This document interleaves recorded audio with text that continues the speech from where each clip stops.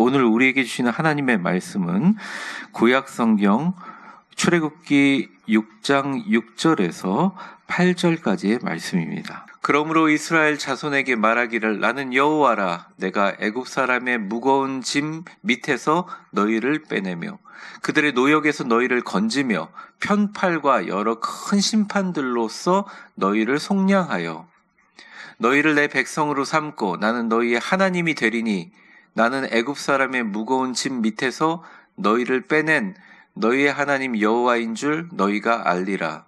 내가 아브라함과 이삭과 야곱에게 주기로 맹세한 땅으로 너희를 인도하고 그 땅을 너희에게 주어 기업을 삼게 하리라. 나는 여호와라 하셨다 하라. 아멘. 나는 너희를 구원하는 여호와라. 나는 너희를 구원하는 여호와라 라는 제목으로 하나님 말씀 증거하겠습니다. 오늘 다룰 키워드는 구원, salvation인데요. 보통 구원이라고 하면 많은 사람들이 이렇게 생각해요. 뭔가 거창하고 종교적인 느낌을 생각하지만 사실 구원이라는 것은 굉장히 일상의 실제적인 상황들을 의미합니다. 예를 들어 택시를 타고 가다가 갑자기 앞에서 차가 끼어들어서 큰 차 사고가 위기가 들게 됐는데 기사님이 얼른 핸들을 돌려가지고 막아주셨을 때, 저도 그런 적이 있지만 길거리를 지나가는데 꼬마아이가 길가에 차가 지나가는데 확 뛰어가는 거예요. 그거 어떻게 해요? 어른이 제일 먼저 가서 애 뒷덜미 탁 잡아가지고 못 뛰어가게 하고 안 다치게 만드는 것들. 그런 일이 있을 때 그 구원을 받은 당사자들이 저분이 나를 구원해 주셨구나 이렇게 표현을 합니다. 이런 것처럼 구원이라는 것을 너무 어렵고 종교적으로 자꾸 생각을 하는 것이 아니라 내가 해결할 수 없거나 위급할 때 누군가의 도움으로 건져내어 완전한 회복을 누리는 것, 안전을 누리는 것, 이게 구원의 실제적인 개념이에요. 그러니까 하나님이 내가 이스라엘을 구원하겠다라고 할 때 천국 가겠다라는 의미가 아니라 구약적인 구원의 의미는 내가 진짜 힘들고 고통당하는 애굽으로 내가 너를 빼내줄게, 노예로부터 해방해줄게 하는 굉장히 실제적인 것입니다. 오늘의 구원은 예수님의 구원과도 연결되지만 사실은 구약의 이 실질적인 구원의 연관선상에 있어요. 이스라엘 백성이 당시에 노예 생활을 할 때였는데 원래 이스라엘 백성들은 노예로 애굽, 이집트에 들어간 것이 아닙니다. 원래 이번 달 말에 제가 성서연구회에서 이집트나 이 애굽으로 한번 가는 프로그램에 참석했는데 저희 교회가 많은 임직식 이런 행사도 있었고 제가 노예로 바쁘다 보니까 올해는 좀 우리 교회에 더 집중하자, 제가 있는 시간 더 집중하자고 이제 기회를 좀 놓쳤지만 내년에 이사들이 가게 될 겁니다. 2026년. 근데 한 번도 가보지 못한 애굽의, 그러니까 이집트의 아부셈벨이라든지 진짜 모세가 있었던 곳이라든지 홍해의 기적이 이런 그런 모든 지역들을 가보게 될 텐데 저도 굉장히 기대하고 있는데요. 그런 모든 지역들과 그런 곳에 원래 애굽 사람들에게 붙잡혀서 들어온 게 아니라 이스라엘에 엄청난 기근이 있어서 그걸 피하기 위해서 누가 거기다가 인도를 했냐? 애굽의 당시 총리였던 요셉이 인도해서 고센 땅이라는 아주 좋은 땅에 거주하게 한 거예요. 게다가 요셉이 총리이고 굉장한 영향력을 갖고 있었기 때문에 요셉의 아는 사람들이 있어서 되게 대우를 잘 받았어요. 근데 성경에 보면 아주 간단하게 이렇게 나와 있습니다. 요셉과 그 형제들을 알지 못하는 새로운 왕, 애굽의 새로운 왕조가 세워지면서 그냥 그 고센 땅은 아름다운 정착촌이 아니라 강제 노동과 노예 상태로 백성들을 만드는 것으로 전락하게 됩니다. 그 기간이 몇 년? 학자들 사이에 많은 논란들이 있지만 400년에서 370년 사이예요. 또 요즘에는 어떤 분들이 215년이라고 주장하기도 합니다. 이게 왜 그러냐면요. 당시에는 우리가 얘기하는 종이라고 하는 페이퍼, 이 파피루스의 원료가 되는 게 나오지도 않았을 때예요. 돌판에다가 상형 문자를 새길 때거든요. 의미 문자, 그림 문자, 새, 뭐 독수리 이런 거 새길 때거든요. 그러니까 이게 정확하게 알지를 못하는 거예요. 그런데 성경상에 보면 400년이라는 기간 동안, 그러니까 정확하게 고센 땅에 들어간 것부터 한 430년의 기간 동안 애굽에서 그렇게 고통을 당했어요. 이게 1, 2년이 아니라 430년간. 그러니까 이 고통 속에서 400년을 부르짖습니다. 아브라함과 이삭과 야곱에게 너희에게 내가 약속한 땅 가나안을 주겠다 언약하신 사실이 있는데 주님 언제 주실 겁니까? 하면서 하나님께 부르짖습니다. 그래서 오늘 본문에 보면 어떻게 보면 모세를 통해서 그에 대한 언약의 실현의 해답이라고 있어요. 답변이라고 할 수 있어요. 하나님의 답변서. 뭐라고 하셨냐? 이스라엘 백성이 내가 너희를 구원하겠다. 내가 너희를 구원하겠다. 내가 너희를 구원하겠다. 여러 가지 방법으로 구원하겠다 말씀을 하십니다. 근데 여러분 잘 생각해 보면 이게 수천 년 전의 사건이지만 오늘날 우리의 상황과도 좀 연관이 됩니다. 현재 정치, 경제, 국가 등 여러 삶의 위기 가운데 살아간다고 매체도 얘기하고 있고 우리도 점점 그런 마음들을 느낍니다. 오늘 우리가 이 구원이라는 것을 이해하기 위해서 진짜 우리의 실생활에 적용되고 실생활 속에서 일하시는 하나님의 완전한 구원과 그 구원에 따라 살아가는 것이 무엇인지를 1월달 두 번째 주에 한번 정립하고 시작해보자 말씀을 준비했습니다. 진정한 나의 구원이신 하나님을 알아가시는 기쁨의 시간 되시기를 주의 이름으로 축원합니다. 우리 옆 사람 축복해 보겠습니다. 하나님은 우리의 구원이십니다. 첫 번째입니다. 우리 같이 한번 읽어볼까요? 시작. 하나님께서 우리를 완전히 구원하신다. 출애굽기 6장 6절에서 8절까지 내용을 보면 그냥 구원한다란 말이 아니라 각가지 예를 들어서 구원한다는 내용들이 나옵니다. 한번 표를 보시면 내가 너희를 애굽의 무거운 멍에 아래에서 빼내겠다. 내가 너희를 그들의 노역에서 건져겠다. 내가 너희를 속량하겠다. 이것도 구원의 다른 히브리 단어거든요. 너희를 내 백성으로 삼겠다. 내가 약속한 땅으로 너희를 인도하겠다. 정말 한 두세 절에 정말 많은 이야기들을 하거든요. 모든 상황 속에서 여러 차례 총체적이고 전인적으로 구원한다는 것입니다. 그러니까 한 가지만 구원하는 것이 아니라 모든 부분에서 모든 영역에서 구원한다는 말이죠. 애굽의 종으로부터 벗어나게 해주는 것뿐만 아니라 노예로 생활하면서 받았던 문화적, 경제적, 감정적, 종교적 생활과 습관과 모든 영역에서 벗어나게 해주겠다. 왜? 400년이 있었으니까 말이죠. 즉 오랜 시간 이 노예 근성이라는 것이 있거든요.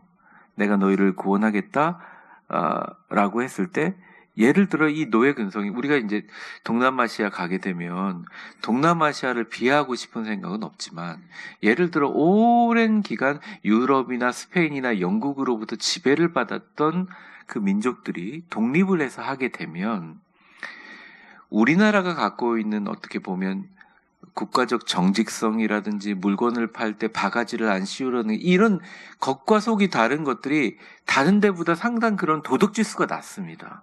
왜 그러냐면 거기도 몇백 년 동안 그런 지배를 받아왔기 때문에 눈칫밥을 먹으면서 살 수밖에 없는 거죠. 그래서 여러분 한번 생각해 보세요. 많은 사람들이 이렇게 합니다. 원래 이스라엘 사람은 나빠서 그래. 왜 광야에 가서 40년 동안 그러다가 한 명도 못 들어가? 이렇게 생각할 수 있겠지만 오랜 시간 애굽 밑에서 이스라엘이 눈치 보고 살았기 때문에 그들이 갖고 있는 것들은 삶에 있는 여러 가지 암투와 정치와 자기 갖고 있는 본성들이 사라지지 않았다는 거죠. 이런 종살이로부터 얻은 부정적인 영향을 벗어나지 못하고 그래서 모세도 그런 워딩을 쓰고요. 이 출애굽기만 나와 있는 아주 좀 어떻게 보면 이스라엘 사람들은 거슬리는 워딩인데 그게 종살이라는 워딩입니다. 종살이 했던 너희를 구원하여 종살이 했던 우리를 구원하고 그러니까 이런 것들로 인하여 계속 벗어나지 못하고 결국 하나님 불평하다가 다 광야에서 죽게 되잖아요. 그리고 아예 애굽이라는 땅 자체를 가서 노예 생활을 겪어보지 못한 사막에서 태어난 다음 세대들만 가나안 땅으로 들어가는 역사가 일어납니다. 그래서 우리가 좀 생각해 볼 수 있어요. 이게 구원이라는 건 단지 국가적인, 경제적인, 사회적 구원뿐만 아니라 그동안 일상 속에 스며 있는 우리의 모든 삶의 태도와 방법들로부터 해방되고 탈출되는 것을 말합니다. 우리도 교육과 문화와 정치 제도가 일본 제국주의로부터 완전히 극복되기까지 얼마나 많은 세월이 걸렸습니까? 전 되게 어리고 젊은데요. 여러분들 다 아시잖아요. 제가 어릴 적에는 선생님들이 몽둥이를 차고 들어왔어요. 지금 상상을 할 수 없는 일이잖아요. 그냥 회초리를 딱 옆에 차고 그게 일본식 교육이에요. 수업 중에도 화가 나면 때렸다고요. 근데 그런 것들이 거의 정말 저희 전 세대는 말할 것도 없이 거의 100년 이상 걸렸잖아요. 집에는 100년을 받지 않았는데 말이죠. 그러니까 이런 것들을 탈출되는 것이 너무 힘들고 어렵다는 것입니다. 우리도 교육과 정치, 그러니까 이게 구원이라는 것은 사실은 단편적인 부분이 아니라 복합적인 영역이라는 거예요. 6절에 보면 그래서 이것으로부터 구원하는 모든 동사들을 이렇게 얘기합니다. 너희를 빼내며, 너희를 건지며, 너희를 속량하며, 빼낸다, 건진다, 속량한다, 아주 다른 동사들을 쓰고 있어요. 특별히 빼내며, 건지며, 속량하며, 이것은 전인적인 구원이라는 것이죠. 단편적이 아니라는 거예요. 자, 빼내며의 의미를 한번 보겠습니다. 이게 야사라는 발음을 하는데요. 나가다, 출산하다, 해방하다, 자유로움을 담은 동사예요. 그러니까 이게 빼낸다는 것은, 집 밑에서 빼낸다는 것은 완전히 엄마 뱃속에 아이가 나오는 것처럼 완전히 그것으로부터 단절하는 것을 의미하는 거죠. 여러분, 요즘에 우리가 하나님 앞에 구원을 받았지만 이 세상을 바라볼 때 얼마나 많은 사람들이 빠져나오지 못하고 있는 사람들이 많습니까? 죄와 두려움과 중독과 어둠, 우리가 직면하는 모든 형태의 속박과 억압에 대해서 하나님은 오늘도 적극적인 개입으로 완전히 자유롭게 해주겠다, 이런 말이 빼내어라는 말에 들어있어요. 또한 속량하다라는 말도요, 히브리어로 보면 가알이라고 하는데, 이게 컴마가 위에 찍힌 거는 조금 길게 발음은 가알이라고 발음하는데, 끔찍한 상황에서 가족을 구출하는 친족 구속자. 그러니까 우리가 강아지 농장에서 강아지를 구출하거나 길거리에 죽어가는 고양이를 구출하는 그런 때 쓰는 단어들이에요, 이게. 그러니까 이게 너희를 속량한다는 것이 여러 큰 심판으로부터 너희를 완전히 적극적으로 개입해서 완전히 빼내준다, 이거예요. 이건 뭐냐면 그냥 그 상태에서 벗어나는 것이 아니라 거기에 완전히 벗어났기 때문에 너희는 이제 애굽이랑은 관련이 없고 매일매일 날마다 애굽에서 가지고 있던 습관들로부터 탈출해야 된다는 것을 얘기해요. 그것은 바로 제대로 된 정체성과 새로운 관계를 구축해내신다. 새로운 정체성과 관계를 백성들에게 부여하신다는 겁니다. 애굽이랑 400년 동안 있었지만 상관이 없어.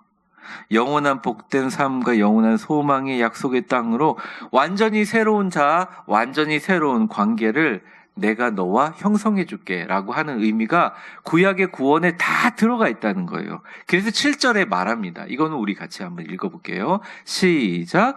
너희를 내 백성으로 삼고 나는 너희의 하나님이 되리니 나는 애굽 사람의 무거운 짐 밑에서 너희를 빼낸 너희의 하나님 여호와인 줄 너희가 아니.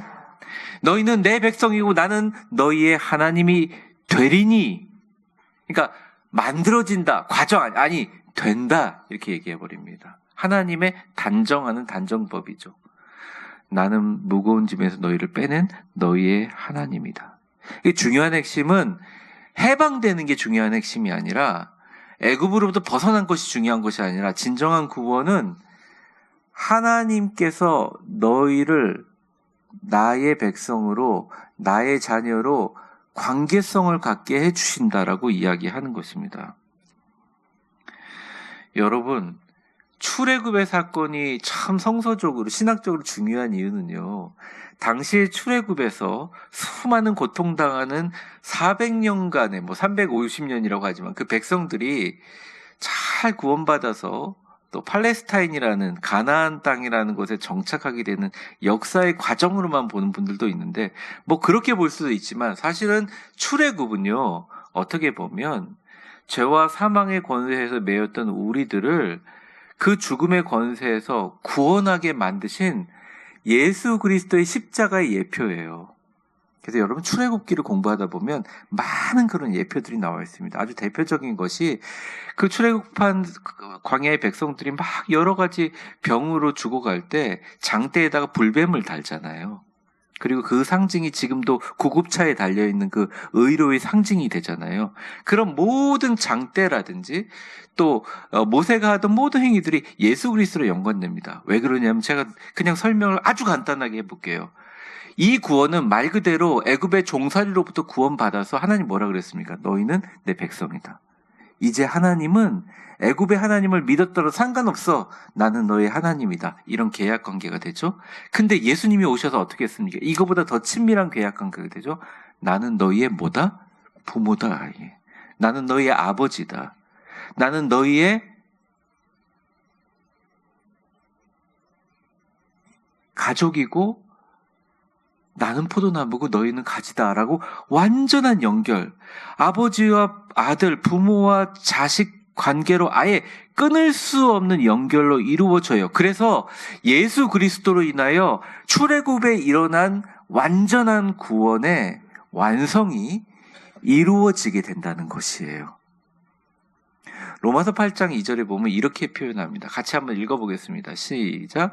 이는 그리스도 예수 안에 있는 생명의 성령의 법이 죄와 사망의 법에서 너를 해방하였습니다. 네. 우주의 창조자이신 분이 여러분들을 하나님의 자녀로 선택하셨고 기꺼이 언약적 사랑으로 우리를 결속하셨어요. 이게 바로 완전한 구원이시죠. 요즘에 감기 환자분들도 많으시고 또 갑자기 이제 병원에 가시는 분들도 있어서 제가 안타까운 마음으로 좀 기도하고 막상 기도 카드를 열어서 이제 제가 지금 준비하다 보니까 의외로 자기의 친족과 가족분의 중환병을 가지신 분들이 참 많더라고요. 그런 분들로 와서 이렇게 제가 기도하면서 가끔 통화를 할 때 여러분들의 얘기를 들으면서 제가 이제 다 듣고 꼭 드리는 말씀이 있습니다. 하나님께서 집사님을, 원사님을 사랑한다 이렇게 얘기하면서 너무너무 흔들리고 힘들 때 딱 한 가지만 붙들라. 딱 한 가지. 목사님 뭡니까? 하나님이 우리의 부모님이라는 걸 붙들러라. 우리가 그의 자녀라는 걸 붙들어라. 그러니까 세상에서 어떤 관계로도 끊을 수 없는 진짜 강력한 관계로 이어진 것이 바로 하나님과 우리와의 관계라는 것입니다. 근데 이 관계 속에 들어와서 이 관계가 아니다. 이 관계는 얼마든지 변질될 수 있다. 이 관계는 얼마든지 흔들릴 수 있다. 그래서 우리가 때때로 세상의 일들로 인해 낙심하고 힘들어하고 고통스러워하면서 흔들리고 무너지면서 내 곁에 계신 주님을 잊게 만드는 존재가 뭐냐? 악한 영의 존재라는 거예요. 사랑하는 성도 여러분, 우리는 하나님의 완전한 사랑으로 구원받았습니다. 믿으시기를 바랍니다. 우리 옆 사람에게 축복하겠습니다. 좀 웃으시면서 축복하겠습니다. 옆 사람에게 하나님의 완전한 사랑으로 우리는 완전히 구원받았습니다. 두 번째입니다. 우리 화면 한번 보겠습니다. 같이 읽겠습니다. 시작. 우리는 구원의 하나님을 믿고 약속을 땅. 제가 목회를 하면서 또 신앙생활을 하면서 가장 마귀가 공격하기 좋고 가장 저도 그렇고 여러분도 그렇고 순간순간 잊어버리거나 헷갈리거나 흔들리기 쉬운 부분이 구원에 대한 진행과 완성입니다. 쉽게 얘기하면 하나님께서 완전한 구원을 베풀어 주신다고 하더라도 우리가 그 구원을 온전히 누리기 위해서 우리가 가져야 될 것은 믿음으로 반응하는 거예요. 반응하는 거. 이게 반응이 왜 중요하느냐?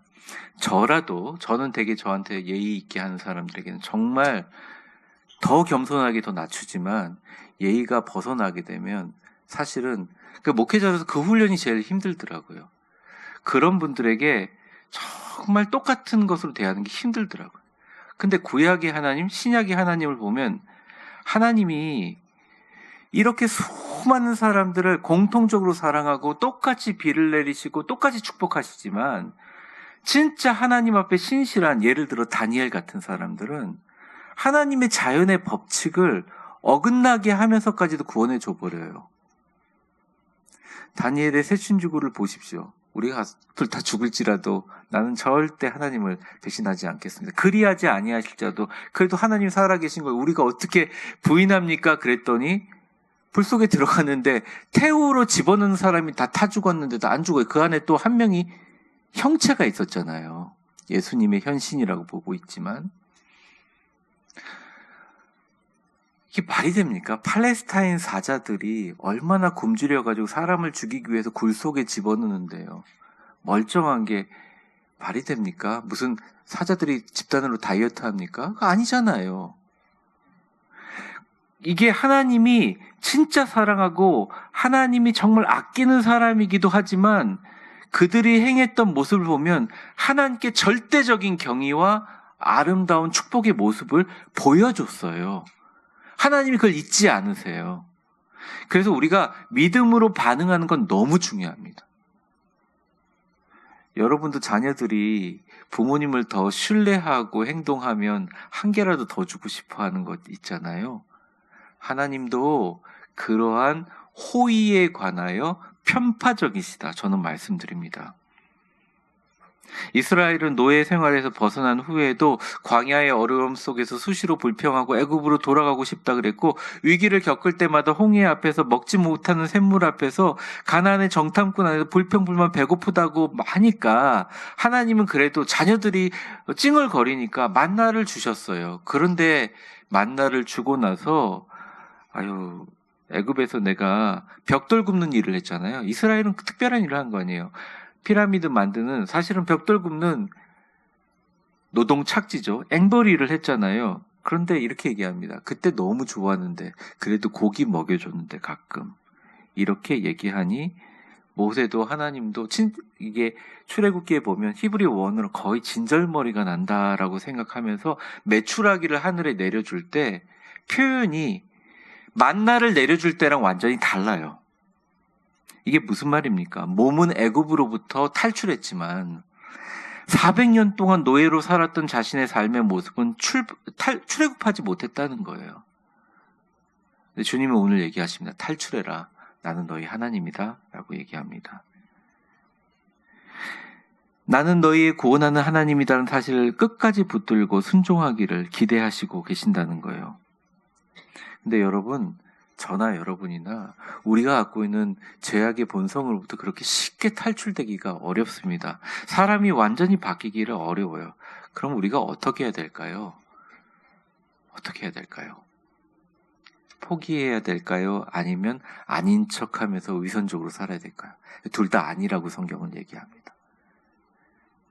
끝까지 매 순간 노력하면서 하나님의 신실하심을 붙들고 계속적으로 수정하고 또 올라갔다가 내려오기도 하고 일어섰다가 넘어지기도 하면서 계속 하나님의 성화의 과정들을 겪어가는 것이 신앙생활이다 라는 교훈을 이야기하는 거죠. 그 대표적인 이단 가운데 요즘에는 신천지, 옛날에는 구원파, 그리고 더 옛날에는 집안에 발 탁 띵동 하고 네 그리고 방문 판매원 줄 알면 발부터 딱 걸어놓는 문고리처럼 걸어놓는 여호와의 증인들이 하는 공통 질문이 있어요. 언제부터 구원받으셨어요? 이렇게 물어봅니다. 제가 여러 번 얘기했지만 대답을 잘 못해요, 우리 성도들이. 그 교회 등록일이 언제더라? 어떤 분은 나 엄마 뱃속에 있었는데 언제 임신했는지 내가 알 수가 없어요, 막 이러면서 그 얘기를 하면 잘 됐다. 그 틈을 타서 얘기하는 겁니다. 확실하게 그거에서 알려주는 게 있는데 성경 공부 한번 참석해보라고. 그렇게 똑똑하고 훌륭한 미국의 명문대학 학생들과 미국에서요, 신천지 모이면 미국의 명문대학 유학생들이 1000명 단위가 모여요. 놀랄 일이 아니에요. 이번에 신천지에서 한번 세례식 하는데 몇만 명이 모인 거 아시죠? 우리나라 교회 전체 교단 합쳐도 그런 일이 나옵니까? 그러니까 그들이 노리는 건 이런 거예요. 그 구원받는 사람들이 TO에 들어가기 위해서 당신이 정확하게 구원받은 날짜를 기점으로 해서 그것들을 매일매일 확신할 수 있는 기점을 정해주겠다는 거예요. 저와 여러분들은 당연히 이거에 말에 먹히지가 않는 게 구원은요, 말 그대로 확실하게 지정되는 시간이 아니라 계속되는 인생 전체를 아우르는 과정이에요. 나는 예수 그리스도로 인하여 2000년 전 십자가에서 구원받았고 지금도 매일매일 교회 다니면서 때로는 슬프고 힘들고 때로는 기쁘고 감사하면서 구원을 이루어가고 있으며 미래에는 내가 하나님 나라 들어갈 때 비로소 우리의 구원은 완성될 겁니다 라고 하는, 구원은 과거에 일어났지만 현재 진행되고 있고 미래에 완성되는 모든 인생에 걸쳐져 있는 모든 과정이라고 대답하면 되는데, 이렇게 대답하는 분들이 초신자들, 여러분들은 대답하게, 초신자들이 없으니까 흔들린다는 것입니다. 이건 무슨 말입니까? 구원은 일회성인 사건이요. 예를 들어 한번 보십시오. 내 과거에 구원받았어. 이제 다 끝났네. 맘대로 살아도 되겠네. 그럼 구원받은 자로서 이 세상에 썩어져가는 이 세상에 험악한 이 세상에 우리가 어떻게 빛이 될 수 있을까요? 안 된다는 거예요. 또 어떤 분들은 이릅니다. 죽음이 하나님 구원받으니까 죽기 전까지 맘대로 살다가 마지막 딱 죽기 직전에 목사님 불러가지고 예수님 믿습니까? 아멘. 그럼 되겠네. 여러분, 우리의 인생이 얼마나 귀하고 아름다운데 이걸 과정으로 생각하지 않고 단편적인 시점으로 생각한다는 것은 이단이 주장하는 신학의 신자도 모르는 바보 같은 주장들을 그냥 믿는 거예요. 근데 왜 이걸 믿었느냐? 이게 더 직관적이고 납득하고 설득적이니까. 마치 상품의 유효기간이 적혀 있고 그 유효기간을 지나서 먹으면 잘못되고 그 유효기간이 들어가는 것처럼 우리가 이해하니까. 구원은 그렇지 않습니다. 왜 제가 말씀드리냐면 이스라엘 백성도 저희도 부모님으로부터 받은 거, 이전 교회에서 느꼈던 거, 삶의 통전적인 모든 삶으로 느꼈던 우리의 습관들이 갑자기 바뀌어서 테레사 수녀처럼 될 수 없어요. 저도 마찬가지예요. 여러분 모두 다 약점이 있고 우리도 모두 다 약점이 있어요. 그런데 이 구원의 말씀을 믿고 나의 구원은 예수 그리스도의 피의 십자가의 보혈로 예수님의 이름으로 기도합니다마다 할 때마다 우리가 새롭게 될 뿐만 아니라 지금 이 순간도 예수님과 함께 나의 구원들을 매일 이루어가고 있다고 생각하는, 그냥 진행되는 프로세스라고 생각한다면 너희를 구원하는 여호와라는 말씀을 받아들인 관점이 달라질 것입니다. 내가 예전에 10년 전에는 막 새벽 기도도 했는데 그 신앙 어디 갔겠어요? 예전에 내가 교육을 받았었는데, 예전에 내가 신앙이 좋았는데, 예전에 나 청년 때는 막 손가락이 부러질 것 같이 일을 했었는데, 그게 아니라 중요한 지금 매 순간 매 순간 하나님이 주신 영원을 사모하면서 그 구원의 과정에 들어가고 있는 거예요. 그래서 여러분, 성도가 가장 아름다울 때가 언제냐면 현재 내 곁에 계시는 예수님을 만날 때예요. 예수님으로부터 큰 축복을 받아서 사람들에게 자랑하는 순간이 아니라 오히려 아무것도 없을지라도 주님을 바라보면서 주님의 손을 붙잡고, 그러니까 이런 사람들은요, 겸손하다는 표현보다 교만할 틈이 없어요. 왜? 내가 가지고 있는 생각과 내가 가지고 있는 것들을 이야기할 때 그 가운데 과거, 현재, 미래의 하나님의 선물인 구원이 끊임없이 나 자신을 상기시키기 때문에 내 힘으로는 할 수 없다는 걸 알기 때문에 당연히 태도가 그렇게 되는 거죠. 그러면서 감사할 수밖에 없다는 것입니다. 참 그런데 저도요 그렇고 여러분들도 때때로 이 하나님이 우리를 변화시켜주는 과정을 우리의 힘만으로 의지할 때가 많아요. 그래서 근심하고 불안해합니다. 그런데 시간을 많이 써요.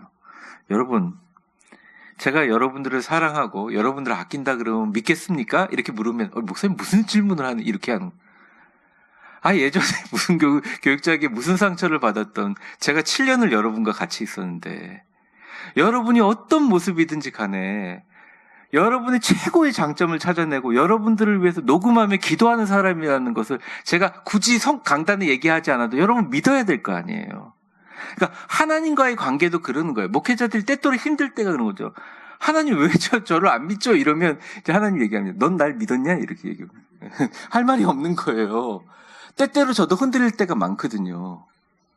그러니 어떻게 구원을 한 번에 딱지치기나 우리가 무슨 게임을 해서 얻는 획득되는 게임 아이템으로 생각하면 안 된다는 거예요. 우리 모두 겸손하게 하나님의 아름다운 구원을 이루어가는 거예요.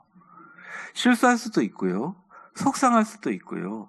하나님 앞에 부끄러울 수도 있어요. 회개하고 다시 구원의 계단으로 올라가는 겁니다. 이렇게 끝까지 자기를 놓지 않고 하나님 앞에 나아가는 사람들. 이스라엘이 이집트를 떠나야 했던 것처럼 우리를 노예로 만드는 오래된 습관과 중독과 사고방식으로부터 부정적인 생각과 정직하지 못한 신앙생활과 거룩하지 못한 가정생활과 말씀과 예배와 헌금과 기도생활 등 신앙인들의 의무, 세상 풍조와 게으름에 대해서 받아들였던 모든 것들을 교회에 대한 모든 프로그램도 있지만 결국은 우리가 만나는 나와의 하나님과의 영적인 교제를 통해서 끊임없이 발전시키고 변화시킨다는 거예요. 목사님들 8절 한번 보여주세요. 오늘 8절이 있으면. 오늘 본문 8절. 그래서 구원하시는 하나님은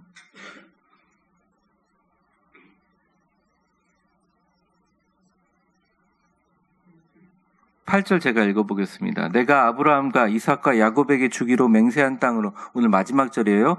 너희를 인도하고 그 땅을 너희에게 주어 기업을 삼게 하리라. 나는 여호와라. 8절 보여주세요, 목사님.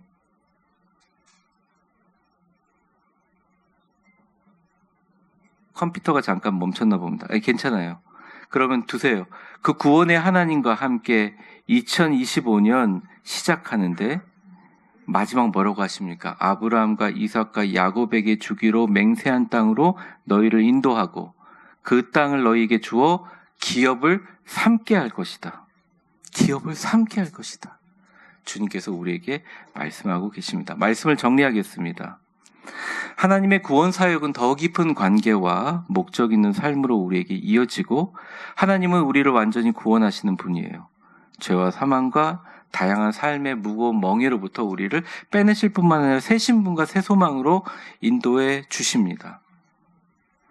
사랑하는 성도 여러분, 하나님의 구원의 사역은 일시적인 것이 아니라 지금도 우리 가운데 일어나고 있습니다.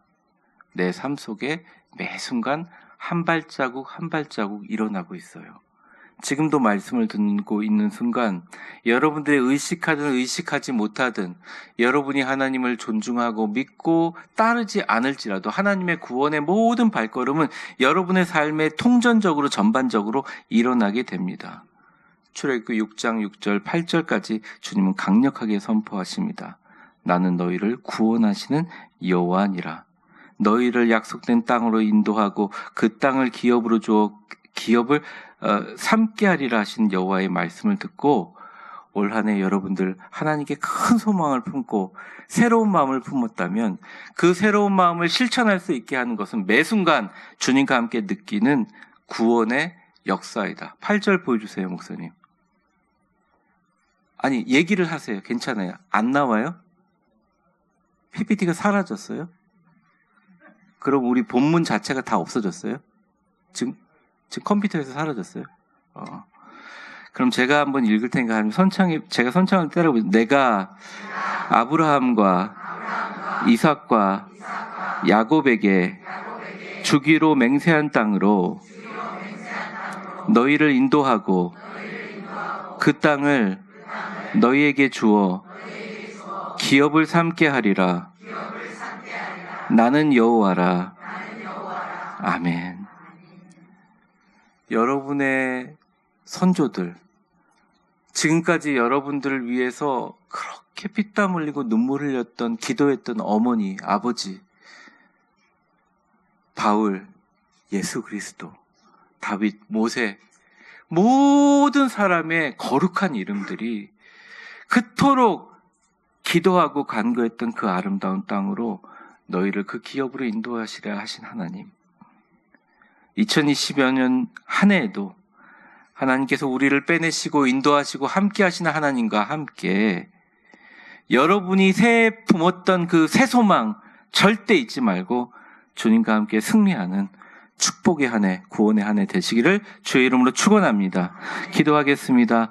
축복합니다. 이제는 우리 주 예수 그리스도의 은혜와 역사의 주관자가 되신 하나님 아버지의 사랑과 성령의 충만하심과 교통하심이 때로는 우리 모두 구원의 과정과 성화의 과정을 이루어가면서 때로는 넘어질 때도 있고 때로는 쓰러질 때도 있고 때로는 하나님 앞에 우리의 모습이 주님을 경외하지 못하는 모습이 있을지라도 주님 용납하며 우리를 끊임없이 사랑하여 주셔서 자녀처럼 부모의 마음으로 사랑해 주신다는 걸 믿고 7번 넘어져도 8번 일어나며 주님의 구원의 완성까지 계속적으로 나의 구원신 하나님을 붙들고 가나안을 향하여 약속의 땅으로 2025년 전진하기를 다짐하는 세상으로 파송되는 모든 성도들 한 분 한 분 머리 위에 이제와 영원히 함께 계실 것을 간절히 축원하옵나이다.